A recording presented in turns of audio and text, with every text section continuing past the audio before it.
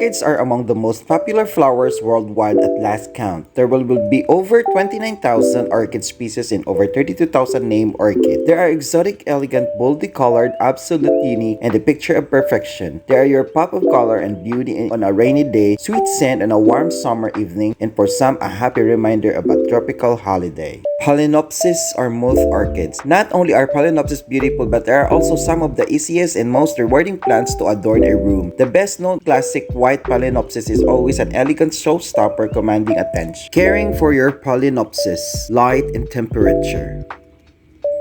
Water. Potting and planting. Blooming. You might be tempted to replace your Phalaenopsis with when a new one's blooms to fall off. But with a bit of care, this trooper will flower again and again with a good care twice a year. Blooming is almost always triggered by a temperature change. You can prune a flower spike so that only 2 nodes remain if it is still partially green, but it is generally recommended to cut the stem completely, definitely once it's yellow or brown. Cymbidium or both orchids. Both orchids are among the oldest in the world. Their earliest mention dates back to the Jin Dynasty, around 200 BCE. Native to Southeast Asia, these stunner are spread primarily across tropical and subtropical Asia, but also in Australia. These orchids can take full sun in winter but need protection in summer. Caring for your Cymbidium. Light and temperature. Water. Potting and planting.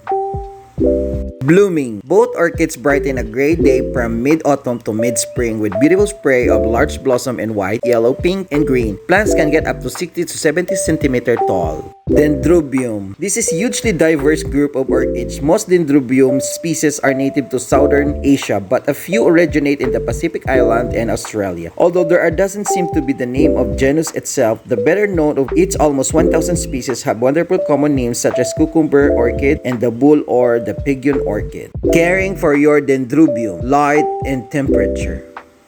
Water. Potting and planting.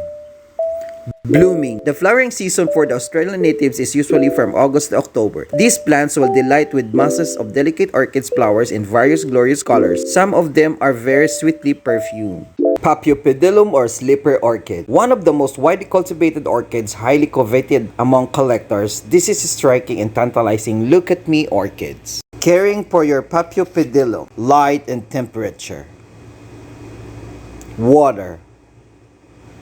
Potting and planting. Blooming. Paphiopedilums come in a striking patterns and a myriad of gorgeous colors from red to brown to pink, a light yellow and orange to peach. Flowers can last for up to 8 weeks. Cattleya. Often referred to as the queen of orchids, Cattleyas are an easy to grow, showy number. Although they're named after an Englishman-British botanist William Cattley, their origins are in South and Central America. Their striking blooms have been used for ceremony long before the arrival of any explorers. Caring for your Cattleya. Light and temperature. Water. Potting and planting. Blooming. Don't water the blossoms directly and keep them out of the wind. The color palette ranges from pink, orange, purple, and red to yellow and white, even blue. Some hybrids will even produce flowers more than once a year. Lilea. Admired for their beauty, the Lilea was named after one of the Vestal virgins. Lileas are native to Central and South America from Mexico to Brazil. They can be found in altitude of up to 2,000 meters, but also in coastal and lower regions. This means they can be grown outdoors in some climates zones. Caring for your Lilea. Light and temperature. Water. Potting and planting.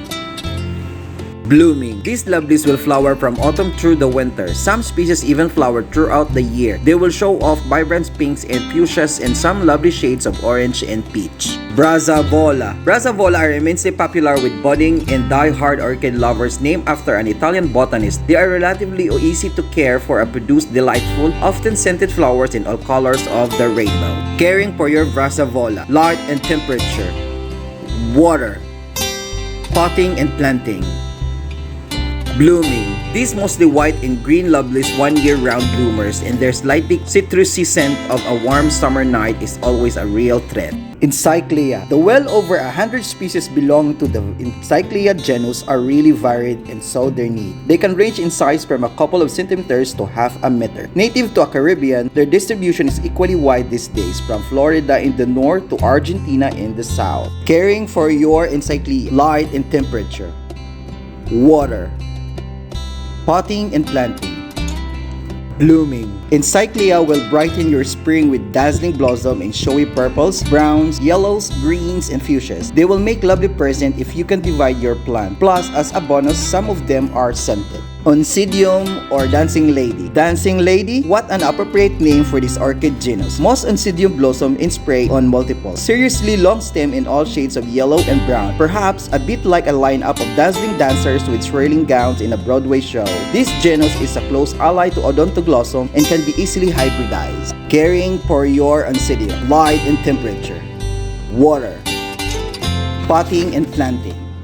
Blooming. Dancing ladies are often scented and bloom mostly in autumn and winter. You'll see them most often in shades of yellows and browns. However, new species in stunning white, red, green, pink, and purple are also starting to emerge. They can grow seriously high, most up to 3 meters, so make sure you're giving them support, especially when they're in bloom.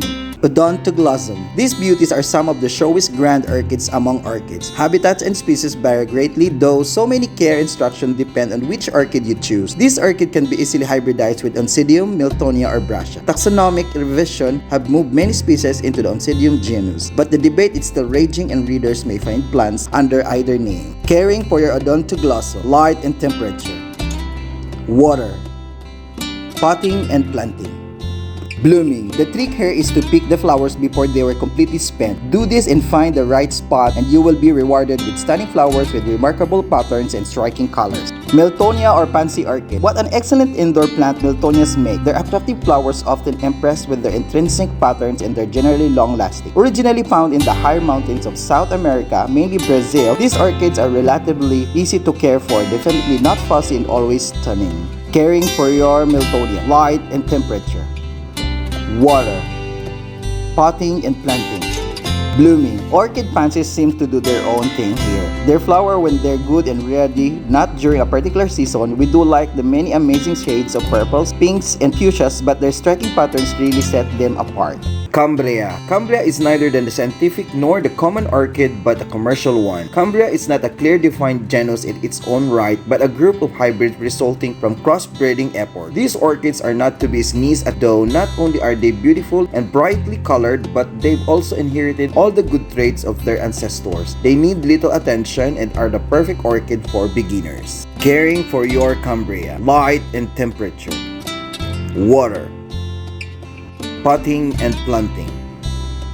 Blooming. Cambria can grow up to half a meter in height, so enjoy its brightly colored speckled blooms per autumn through early spring. Applying a tomato fertilizer during their bloom is said to be really effective. Zygopetalum. Zygopetalum are not the showiest orchids, but we assure you'll love them for their heady scent. They are native to South America. Most of their species grow in Brazil. These orchids grow in cooler rainforest environments and will flower profusely when looked after well. Caring for your Zygopetalum. Light and temperature.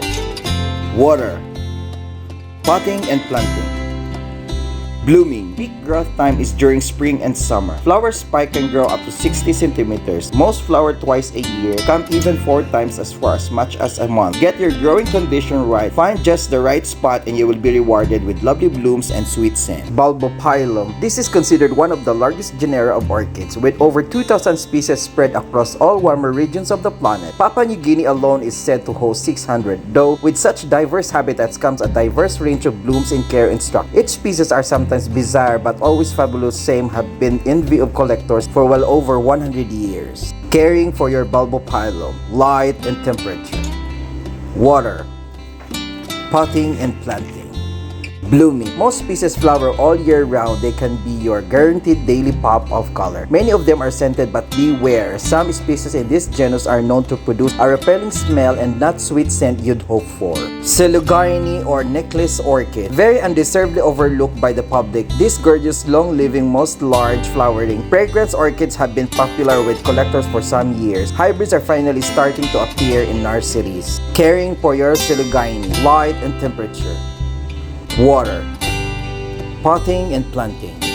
Blooming. These orchids are true delight. Some impress with cluster of fragrant snow white or single pink. Peach flower. Others show off chin like resume of chocolate and topaz colored, emerald and blue flowers of spice scented, delicate white blossom. Most species will bloom in spring or winter. Masdevallia. Named in honor of the Spanish botanist and physician Jose Masdevallia in 1794, this is another spectacular orchid family. Masdevallias are native to South America and some its species landed interestingly locally relevant names. Other common and slight and unflattering names of Masdevallia species are frog skin, eggs of the bird, and chicken foot. Caring for your Masdevallia. Light and temperature. Water. Potting and planting. Blooming. Masdevallias are your little pocket rocket. They are compact so they don't need much space. Flower spikes usually produce one flower, but blossoms come in all colors of the rainbow and range from pale to almost neon brightness. Vanda. Widely spread from India to Australia, these popular orchids are happiest in lots of bright light, warm temperature, high humidity, and plenty of water. They like their roots to just a dangle in a light breeze. In their native habitat, Vanda orchids hang from trees or cling to cliff-top cracks. Caring for your Vanda. Light and temperature. Water. Potting and planting. Blooming. Once you got the right condition for your Vanda orchids, you'll be rewarded with magnificent blooms every few months. Its flowers are often used for leaves and come in many intense colors. Often with speckled petals, the plant has thick glossy leaves and can get up to 1 meter tall depending on the species. Psychopsis or butterfly orchids. These are some of the daintiest orchids with light and brightly colored blooms as butterflies. Only 5 recognized species are in this group. All hail from Central and South America. These delicate yet hardy orchids deserve a place in the sun. Caring for your Psychopsis. Light and temperature. Water. Potting and planting. Blooming. These striking orchids flower blooms in yellow, orange, pink, and red, impressed with their form. Their butterfly-shaped tricks male insect into mating. Mind you, this deception is used by many other orchids as well. Their bloom time varies dependent on the species. Maxillaria or spider orchid. This genus is distributed throughout Central America from Florida to northern Argentina and one of the most widespread New World orchids. Not surprisingly, species vary considerably. Caring for your Maxillaria. Light and temperature. Water. Potting and planting. Blooming. Maxillaria produce attractive flowers in white to brown mixed through with reds and purples, and some of them are scented as well. They come in all sizes but will always produce a single flower per stem. Angraecum or comet orchid. These often star-shaped beauties in shades of white and green and native to Africa. The best known one is perhaps the regal Christmas orchid. However, many species of the comet orchids are protected from international trade as they are sadly threatened by extinction in the wild. At risk from overcollection and loss of pollinators, many species are on top conservation priority, particularly the ones endemic to Madagascar. Caring for your Angraecum. Light and temperature. Water. Potting and planting. Blooming. Comet orchids can usually flower all year round. Many are scented and nocturnal. Imagine enjoying a warm summer evening of your veranda with the scent of your orchid wafting through the air. Catasetum. When it comes to the common name of the Catasetum orchid, monkey goblet or monkey head, opinion is clearly divided as what they look like and how people perceive them. However, all of these orchids are exotic looking showstoppers. Caring for your Catasetum. Light and temperature. Water. Potting and planting. Blooming. Interestingly, rather uniquely, the coloring of these orchids is based on sex. Male plants are most colorful ones and develop in more shaded areas, whereas female flowers tend to be yellowish green and grow in a brighter light. Peos or swamp orchid. There are currently 45 species belonging to the genus Peos, widespread across tropical and subtropical regions. The Peos Australia is one of Australia's largest terrestrial orchids and can easily grow 1.2 meters in height. Unfortunately, this beautiful plant is now on the endangered species list due to overcollecting from the wild and significant habitat destruction. Caring for your Peos. Light and temperature. Water. Potting and planting. Blooming. Enjoy a mass floral display from late winter to spring. Swamp orchid flowers are about 10 cm in diameter with red-brown petals and pink-purple lip. They're great focal point even when they're not flowering, showing off lush green foliage. Calladenia or spider orchid. Spider orchid seems to be the perfect name for this beauty. Many of the Calladenia's varieties have a hairy stem with quite narrow and lance-shaped petals. Their blossoms look like long-limbed, delicate spiders patiently waiting for their prey. There are about 350 Calladenia species. Most are native to Australia, but some can also be found in New Caledonia, Indonesia, and New Zealand. Caring for your Calladenia. Light and temperature. Water. Potting and planting. Blooming. Calladenia come in many shapes and sizes, and most species flower in early spring. Often they form a cluster of scented blossoms on a single stem. Some look more like a ground cover and others can get up to 50 centimeters long. Colors range from translucent white to light pinks to musky purples and mottled green. Orchid Simia or monkey orchid. What a curious looking fabulous little orchid. You can see how it got a common name. Its bloom perfectly mimics the shape of monkey, limbs and all. Native to Europe but spreading all the way to Russia in the east, in northern Africa in the south. Orchid Simia is unfortunately a rare and near threatened species in some countries. Caring for your Orchid Simia. Light and temperature. Water. Potting and planting. Blooming. The flowering season is essentially species and region dependent, but many will flower in spring and summer. Vanilla or vanilla orchid. Plants of genus Vanilla are one of the few orchids that are not most commonly grown for the cut flower trade. The Mexican vanilla plant is widely commercially cultivated for its fleshy seed pods, which are essential to producing vanilla flavoring. Caring for your vanilla. Light and temperature. Water. Potting and planting. Blooming. If you are fortunate, you might end up with a greenish yellow vanilla flower which will turn into a pod, but very likely you'll end up with no vanilla pod and potentially a massive green vine. It will be extremely attractive vine though it is a fantastic plant.